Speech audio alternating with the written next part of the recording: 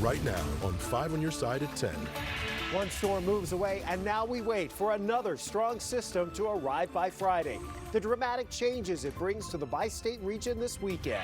Tonight, a St. Peter's teen accused of shooting a man 15 times. The disturbing allegations of what he did with the body.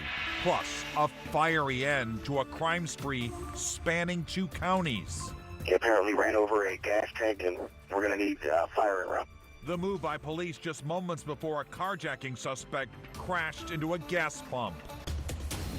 First tonight, the snow has moved out of the St. Louis region. On the left, video from the Chesterfield Valley just hours ago. And now we're left with gusty winds and wet roads. Good evening. I'm Mike Bush. And I'm Kelly Jackson. All winter weather advisories have expired in Metro St. Louis. Weather First Chief Meteorologist Scott Connell joins us with what we can expect overnight, Scott. Well, you know, Kelly, we actually have a few school closings north and west of St. Louis. They're on a list at KSDK.com or on the 5 on Your Side app. That's because north and west of town, we did see some snow accumulate, and we also have temperatures that are at or below freezing. That's creating a few slick spots as you get out of the metro area. For most of us in the metro, like this in Arnold, you're basically looking at some damp roads out there and very gusty winds with a few lingering flurries, and that's about it. As far as snowfall amounts, Metro, not much, but we head up to Eolia, and Kathy shared this picture, almost 4 inches there. As you work farther north into Pike County, you get upwards of 6 to 7 inches as you work your way closer towards Hannibal. There's a look at the rain over in Centralia, over 2 inches of rain out of this system. Farther east and southeast of St. Louis, missing out on the snow pretty much altogether. Not much to show you on the radar tonight. It's gusty winds, and that's what it's going to be about for the remainder of the night. Our winds have been gusting to around 40 miles per hour. Right now, temperatures are still above freezing in St. Louis and points to the east. But looking back to the west, Warrenton's down to 31, 30 in Sullivan, 28 in Rolla. It's 30 down in Centerville. Even Farmington's down to 31. Those are the spots where we have a few slick areas tonight, especially watching those overpasses. Now, the flurry's coming to an end. It remains quite windy with gusts 40 to 45 miles per hour. Hopefully that helps to dry out the roads a little bit. Our next weather system, it's arriving by Friday morning, and boy, is it going to bring some big changes our way. And that includes the potential of an Arctic outbreak and more snow. We'll see in a few minutes with details on that, Kelly. All right, Scott, let's go outside. Here's a live look at Interstate 70. This is just west of First Capitol Drive. You can see there's no rain or snow falling, but the roads are wet. Yeah, there are some slick spots out there. So let's check in with our Laura Barczewski, who is on I-270 in North County in the Weather First Storm Tracker. So, Laura, I know there's not a lot of traffic, but how are things looking right now? Well, Mike and Kelly, we're seeing still some slick roads. They are starting to dry out, though, as we've seen the system kind of move out. We're only seeing a snowflake or a drop here or there. Let's turn you around to the outside. Not too much traffic, as you mentioned, but we can still see the roads are still kind of slick and shiny out there. Any of the precipitation wasn't accumulating even on the grass. We didn't see that slush that we saw last week, but the wintry conditions across the state have caused some issues, according to the Missouri State Highway Patrol. As of this morning, they've had more than 1,200 calls for service, 488 stranded drivers, and 475 vehicle crashes. And tonight, Chief Meteorologist Scott Connell says he's not concerned about those areas refreezing, as the wind will likely dry up a lot of this in the saturated areas, but it never hurts, as he mentioned, to be cautious on those ramps and overpasses. As we look toward the weekend, we could be seeing an even bigger system come through, and MoDOT tells us today they're prepared and will have every available snowplow operator working 12-hour shifts until those major roads are clear as we head into the weekend. It's always a good idea to check MoDOT, the travel website, before leaving the house. Right now, the roads are looking pretty clear, and just go ahead and check that before you leave. Green and clear here in the St. Louis metro area. To the west, little bit more slushy out there. So keep in mind as you head out, and check that as we head into the weekend. Reporting live from the Storm Tracker, Laura Barczewski, 5 on Your Side. And of course, you can get the latest weather first forecast anytime. Just text the word weather to 314-425-5355 and we'll send it straight to your phone. You can also stream all of our newscasts and the latest forecasts on 5 Plus. It's free to download on your Roku, Fire, or Apple TV. Developing tonight, a St. Peter's teen is behind bars charged with second-degree murder. Investigators say he shot a man 15 times and tried to hide his body in an air mattress. The shooting happened last night at a home on Willett Square Drive. That's off Mid-Rivers Mall Drive and Willett Road. An eyewitness told investigators 18-year-old Jackson Pierce shot Dalton Coleman, who broke into his bedroom and tried to attack him. Coleman's body was later found in the bedroom closet with a garbage bag over his head, wrapped in the air mattress, which was bound by an electrical cord. A juvenile in the home at the time is in custody of the St. Charles County Family Court. Police say what started as a carjacking in Weldon Spring ended in a series of crimes in Overland late this afternoon. And new tonight, they tell our Robert Townsend it all happened at the hands of one man. Police tell us just after 3 o'clock Tuesday afternoon, a desperate thief gave a couple quite the scare here at this gas station in Weldon Springs. The couple told police they pulled into this QT near Highway 94 and O'Fallon Road to get gas. Investigators say when the male driver went inside the business, the stranger hopped in the couple's car, told the man's wife to get out, and then the bold criminal stole their car. It was kind of just St. Charles County reference vehicle that we were behind it. St. Charles County Police spotted the stolen vehicle but made no attempt to stop it. St. Louis County Police Department's auto theft unit was already in the area when they got word about the suspect headed their way. The auto theft team tried to stop the man, but they say he remained on the run as he approached this gas station in Overland. On page just west of Woodson. Police say when he tried to get away in the stolen car, the suspect hit bystanders' cars. And there's going to be 2 vehicles involved. And that's not all. He apparently ran over a gas tank, and we're going to need fire around. They say the man crashed into a gas station pump and ignited a fire. Firefighters put out the flames. Thankfully, nobody was hurt. When it was all over, police arrested the suspected carjacker. He's now in jail. Robert Townsend, 5 on your side. There's a large hole stopping traffic on Shoto near Topgolf in Midtown, all because of a decades-old sewer main collapse. The Metropolitan Sewer District tells us that the road started to cave in. Workers began to evacuate the site and uncovered a collapsed 30-inch brick sewer main. Definitely an older main. Again, not uncommon in St. Louis. We have sewers in the city that date back to the Lincoln administration that are still in use today. Work could take a while since crews are working around a large water main in the area. They're hoping to have repairs wrapped up and the road reopened by the end of the week. Tonight, St. Louis's top cop is being commended for a reduction in violent crime across the city. On the one-year anniversary of his arrival, Mayor Tashara Jones joined other city leaders in celebrating Chief Robert Tracy's service and outlook for the future. Brent Solomon is here to explain why some say the chief still has his work cut out for him. Brent? Well, Mike, let's face it, St. Louis is in need of more cops, hundreds to be exact. The chief says he's actively recruiting to fill the 300 officer shortage. In the meantime, city leaders are praising what they call a big crime turnaround.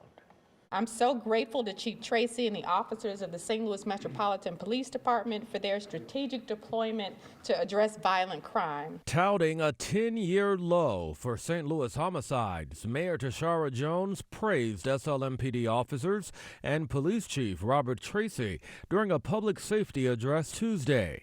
The day marked 1 year since Tracy began his post. There's so much to do. One life is one too many that's lost in our community. But we have made progress this year. City leaders say St. Louis murders are down 21%, shootings down 24%, and youth gun violence down 47% since 2020. Police can't do it alone. That's where the Office of Violence Prevention comes in. OVP issued over 30 contracts to community organizations to support crisis intervention, trauma-informed care, safety planning, efforts to reduce domestic violence, employment assistance, life skills, and more. As that work continues and expands, the city's top cop now apologizing after that police SUV crashed into this South City bar.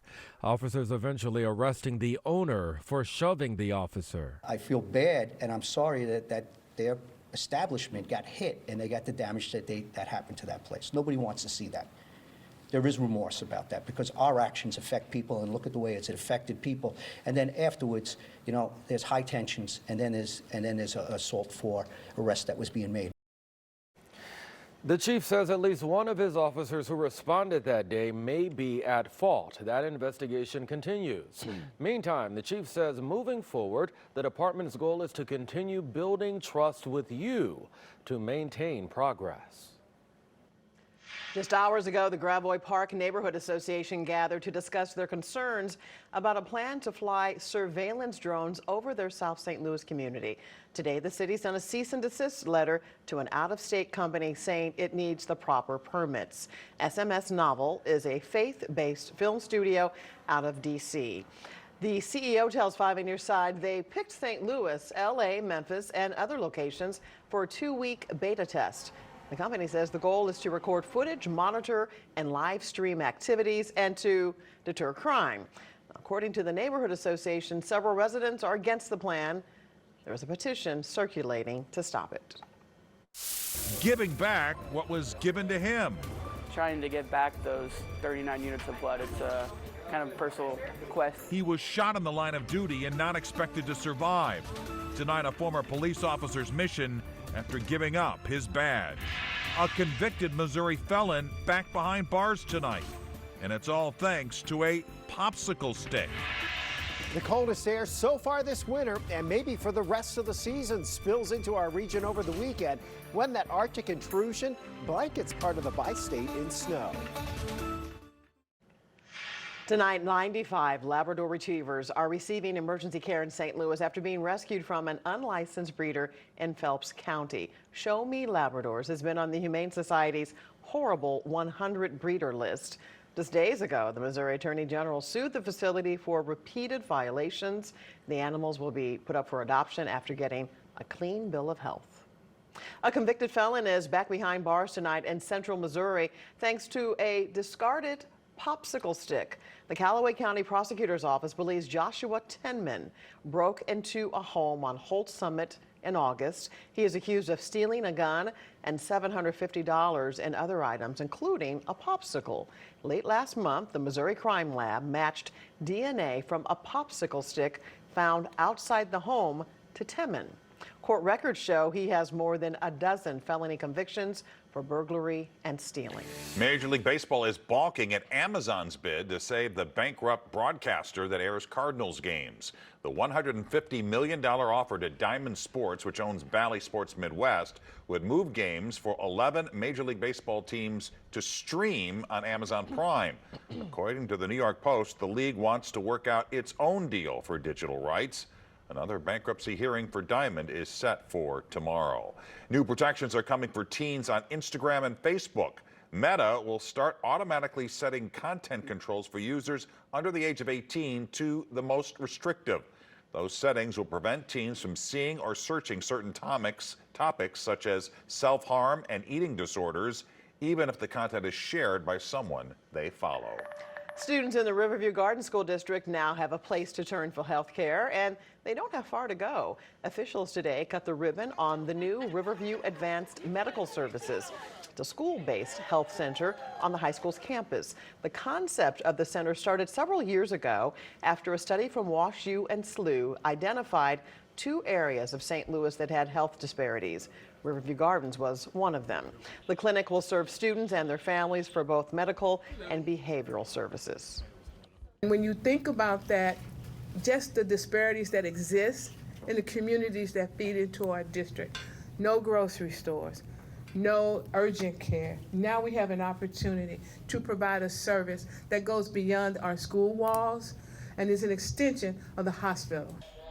The health center will eventually offer health services to the community. It's open Monday, Wednesday, and Fridays from 8 a.m. to 2 and is staffed by KSDK Healthcare. A former St. Louis police officer is finding a new path after nearly dying in the line of duty. Colin Ledbetter survived a shooting with his partner 2 years ago. New tonight, our Christine Byers reports from Vandalia, Illinois, where this, quote, walking miracle is giving back by giving blood. Colin Ledbetter wasn't expected to make it. I took 39 units of blood that day, or throughout the time of my time in the hospital. After that, he wasn't expected to regain much function. Instead, the 27-year-old made a nearly full recovery after losing enough blood to fill his body 3 times over. It happened during a shooting in January of 2022. Is that comfortable for you? Yep. Now he's on a mission. I'm going to have you squeeze on that a couple more times. To give back the same amount of blood it took to save his life. Are you ready? This will be my 4th time. You're going good, so you shouldn't be here long. It's a kind of personal quest that I want to do. In addition to his newfound purpose, Ledbetter has also had to let go of another one.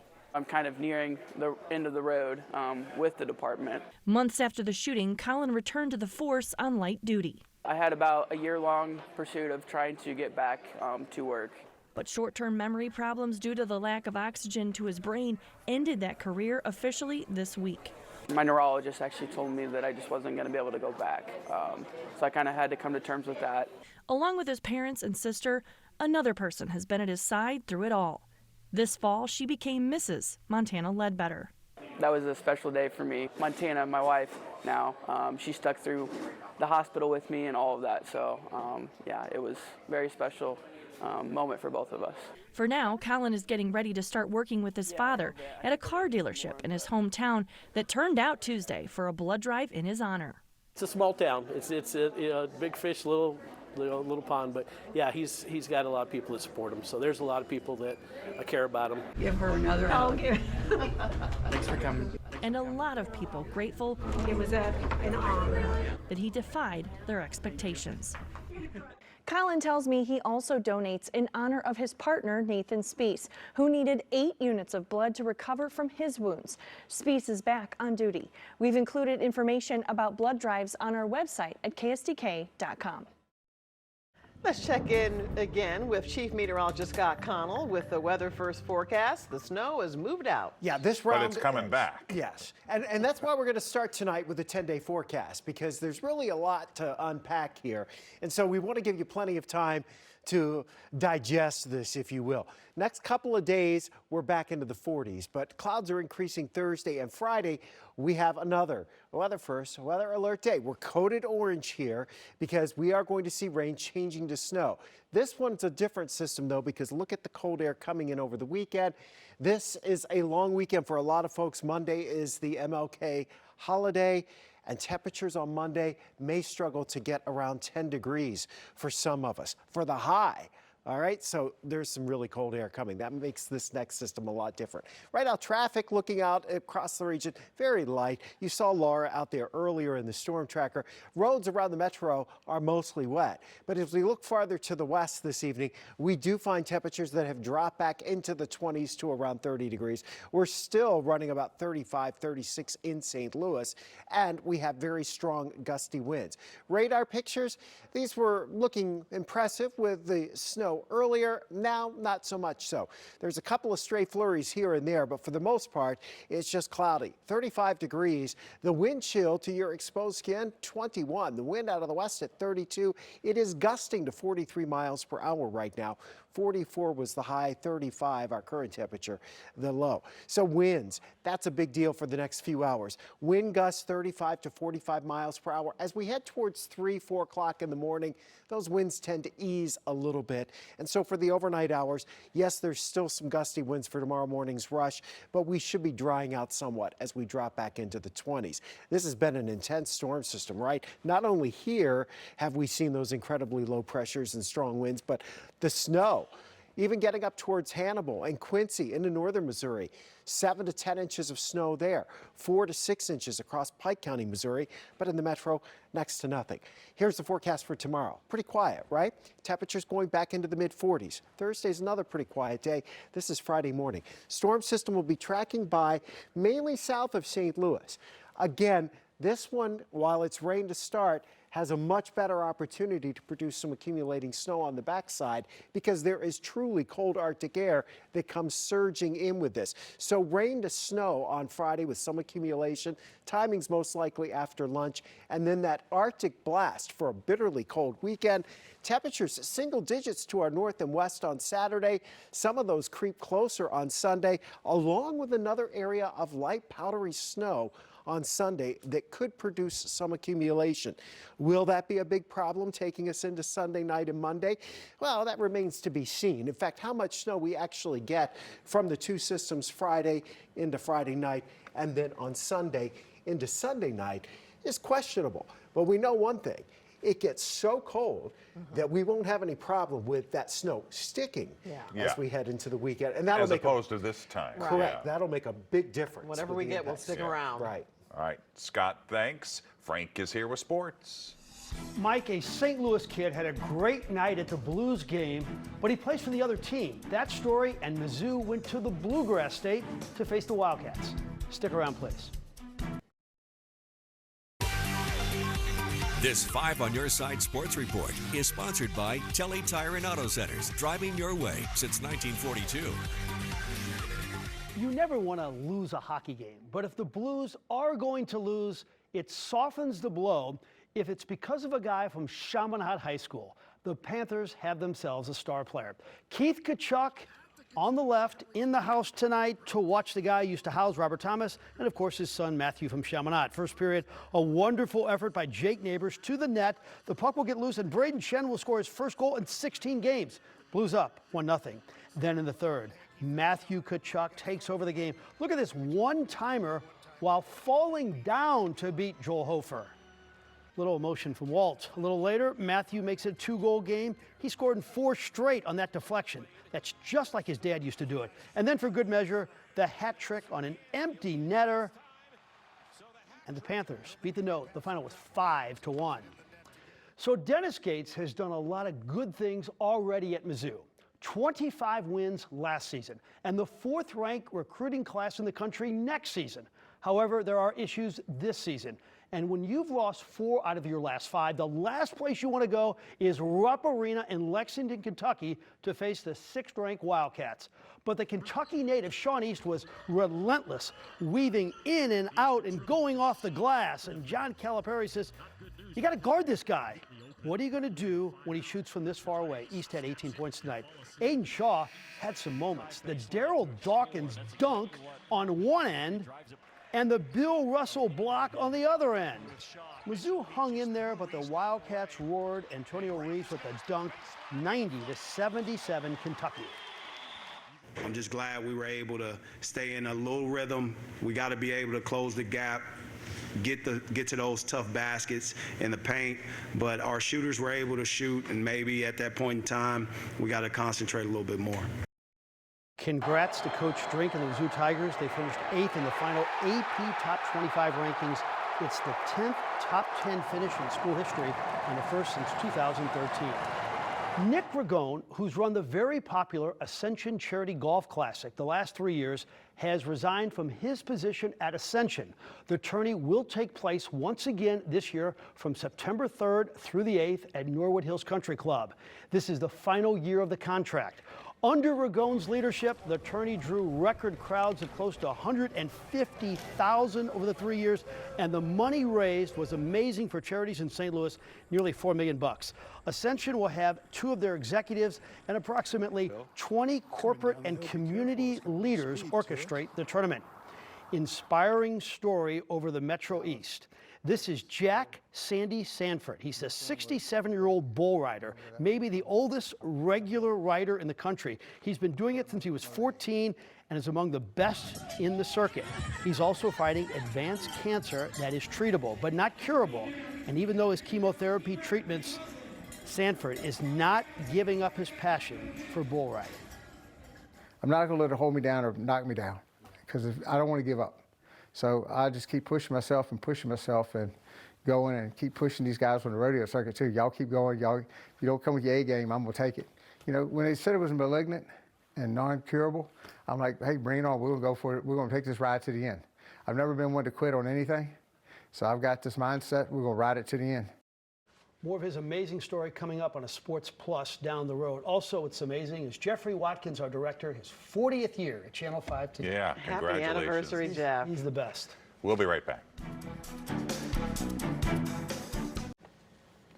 And before we go tonight, check with the weather one more time with Scott. Yes, and you know, really the snow has come to an end. We didn't get a lot in St. Louis, not expecting a lot. Here's the deal though, temperatures are below freezing west of town, so where it's still wet, we're seeing a few slick spots develop. We also have winds gusting 40 to 45 miles per hour, which will tend to dry out those roads. So we're done with this weather alert, but we have another one coming for you Friday. Aren't you excited? We'll go from rain to snow on Friday, and then the Arctic air plunges in here. It's possible we could have more accumulating snow on Sunday. The long holiday weekend looks like it'll be active weather-wise. There you have it. 5 on your side at 10. The Tonight Show starring Jimmy Fallon is next. Be sure to start your day with Today in St. Louis starting at 4 a.m. Have a great tomorrow.